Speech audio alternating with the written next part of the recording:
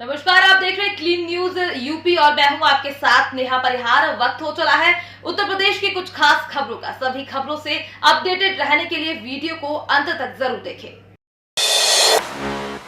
CM योगी ने भरण पोषण भत्ते की पहली किस्त जारी की, कहा अगले 4 महीने तक मिलता रहेगा। यूपी की योगी सरकार की ओर से असंगठित क्षेत्र के पंजीकृत मजदूरों को भरण पोषण भत्ते की घोषणा होते ही राज्य के असंगठित क्षेत्र के मजदूरों ने जमकर इस योजना का लाभ उठाने के लिए पंजीकरण कराया है। साल के आखिरी दिन यानी 31 दिसंबर तक इस योजना का लाभ लेने के लिए उत्तर प्रदेश असंगठित कर्मकार सामाजिक सुरक्षा बोर्ड में पंजीकरण करवाने की आखिरी तिथि रखी गई थी। अब सामने आए पंजीकरण के आंकड़े ये बताते हैं कि 31 दिसंबर तक इस योजना से जुड़ने वाले श्रमिकों की कुल संख्या 6.29 करोड़ है। यह आंकड़ा उत्तर प्रदेश के मुख्यमंत्री योगी आदित्यनाथ द्वारा 17 दिसंबर को रखे गए आंकड़ों से कहीं अधिक है। योगी आदित्यनाथ के एक्सीडेंटल हिंदू वाले बयान पर पूर्व आईएएस ने एक्सीडेंटल मठाधीश कहकर कसा तंज। लोगों ने भी किए ऐसे कमेंट्स। उत्तर प्रदेश के मुख्यमंत्री योगी आदित्यनाथ ने सोमवार को अमेठी में इस रैली के दौरान कांग्रेस सांसद राहुल गांधी पर जमकर हमला बोला।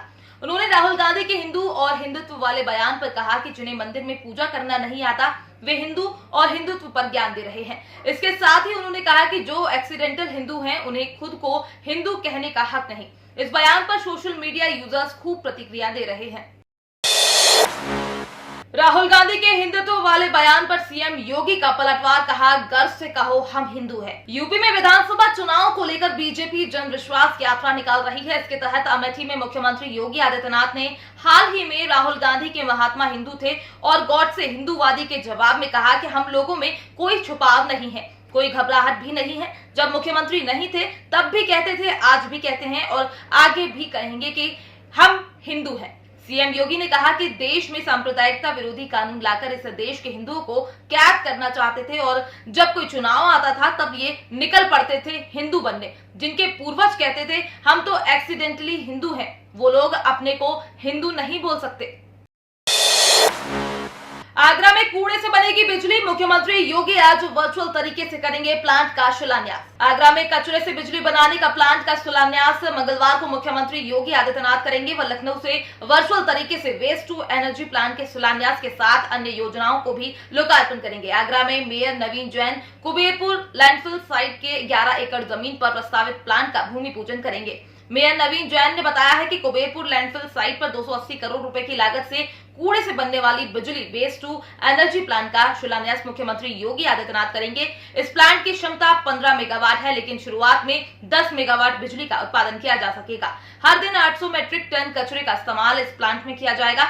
हर दिन आगरा में इतना ही कचरा निकलता है जो रोज निस्तारित हो जाएगा और बिजली भी बनेगी जो शहर के इस्तेमाल में आएगी। सीएम योगी आदित्यनाथ ने राहुल और प्रियंका पर साधा निशाना, बोले गांधी परिवार को हिंदू कहलाने का हक नहीं। मुख्यमंत्री योगी आदित्यनाथ सोमवार को अमेठी के पूर्व सांसद राहुल गांधी व उनकी बहन प्रियंका गांधी वाड्रा पर जमकर निशाना साधे। भाजपा की जन विश्वास यात्रा के दौरान उन्होंने कहा कि जिनके पूर्वज खुद को हिंदू कहने में शर्म महसूस करते थे उन्हें भी खुद को हिंदू कहलाने का हक नहीं है।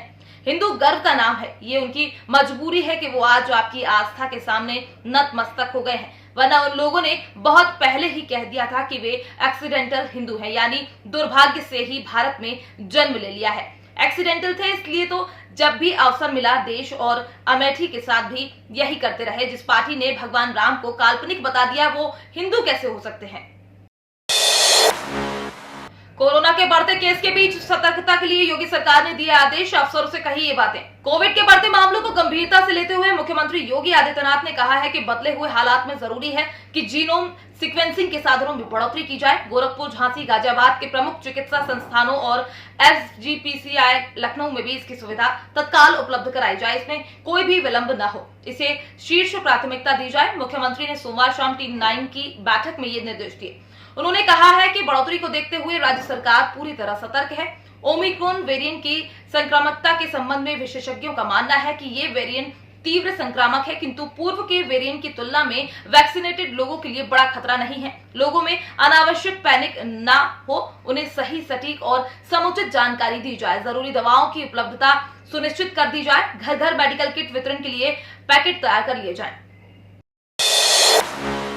80,000 सालाना छात्रवृत्ति की दावेदार 24,000 मेधावी। वेबसाइट upmsp.edu.in से पाएं एडवाइजरी नोट। यूपी बोर्ड की इंटर परीक्षा 2021 विज्ञान वर्ग में 83% 500 में से 415 अंक पाने वाले 24,074 मेधावी 80,000 रुपए सालाना छात्रवृत्ति के योग्य हैं। केंद्र सरकार के विज्ञान एवं प्रौद्योगिकी विभाग की ओर से इंस्पायर योजना के तहत स्कॉलरशिप फॉर हायर एजुकेशन के लिए यूपी बोर्ड ने एलिजिबिलिटी नोट सोमवार को जारी कर दिया है। छात्रवृत्ति के रूप में सालाना 60,000 रुपए नकद और 20,000 प्रोजेक्ट के लिए मिलते हैं। अभ्यर्थी वेबसाइट www.online.inspire.gov.in पर ऑनलाइन आवेदन कर सकते हैं। ये स्कॉलरशिप उन्हीं मेधावियों को मिलेगी जिन्होंने नेचुरल और बेसिक साइंस के पाठ्यक्रम में इस साल दाखिला लिया है, यानी गणित, भौतिक विज्ञान, रसायन विज्ञान अथवा लाइफ साइंस जैसे वनस्पति विज्ञान, जंतु विज्ञान आदि में स्नातक या इंटीग्रेटेड स्नातकोत्तर परीक्षाओं में प्रवेश लेने वाले ही फॉर्म भर सकते हैं। बोर्ड परीक्षा केंद्रों की सूची 24 जनवरी तक जारी होगी। यूपी बोर्ड के हाई स्कूल और इंटर परीक्षा के लिए केंद्रों की अंतिम सूची 24 जनवरी को बोर्ड की आधिकारिक वेबसाइट पर जारी होगी। जिला विद्यालय निरीक्षक को प्रधानाचार्यों से प्राप्त आपत्तियों का परीक्षण कर उनका निस्तारण करते हुए केंद्रों की सूची बोर्ड पर वेबसाइट पर सोमवार तक अपलोड करने को कहा गया है। ये सूची वेबसाइट पर 9 जनवरी को जारी कर 15 जनवरी तक छात्रों, अभिभावकों, प्रधानाचार्यों और प्रबंधकों से आपत्ति ली जाएगी। राज्य स्तरीय समिति आपत्तियों का निस्तारण कर 24 जनवरी तक अंतिम सूची वेबसाइट पर जारी हो। इसके साथ ही यूपी बोर्ड हाई स्कूल और इंटरमीडिएट परीक्षा की तारीखों का ऐलान बहुत जल्द हो सकता है। बताया जा रहा है कि डेट शीट को काफी हद तक अंतिम रूप दिया जा चुका है। यूपी में लागू हो सकता है weekend curfew. Cinema hall, mall, swimming pool को लेकर भी बढ़ेगी सख्ती। उत्तर प्रदेश में कोरोना का कहर धीरे धीरे बढ़ता जा रहा है। कोविड के बढ़ते केस के मद्देनजर यूपी में सख्ती बढ़ सकती है। Cinema hall, mall, swimming pool समेत वीकेंड कर्फ्यू पर निर्णय लिया जा सकता है। स्वास्थ्य सलाहकार समिति के साथ आज सीएम योगी आदित्यनाथ समीक्षा करेंगे।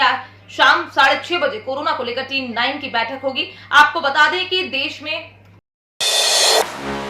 यूपी में कई दिनों तक होगी बारिश और पड़ेंगे ओले की मार। जहरीली हवा में सांस लेना हुआ मुहाल। उत्तर प्रदेश में ठंड का कहर जारी है। इस बीच बढ़ते वायु प्रदूषण ने भी सांस लेना मुश्किल कर दिया है। दूसरी तरफ प्रदेश के कई शहरों में घने कोहरे की वजह से दृश्यता काफी कम हो गई है। इसकी वजह से भी लोगों को काफी परेशानी हो रही है। हालांकि पूरे प्रदेश में कल से मौसम में बड़ा बदलाव होने जा रहा है और 9 जनवरी तक बारिश का अनुमान है। मौसम विभाग की ओर से बारिश के साथ साथ कई जगहों पर ओले पड़ने की आशंका भी जताई गई है। इसके बाद तापमान में और अधिक गिरावट आने की उम्मीदें की जा रही हैं। मौसम विभाग का अनुमान है कि बुधवार से लेकर शनिवार तक प्रदेश के तमाम शहरों में आसमान में बादल छाए रहेंगे। इस दौरान कई स्थानों पर बारिश भी हो सकती है। बारिश के कारण शहरों के प्रदूषण के स्तर में कमी आने की संभावना है।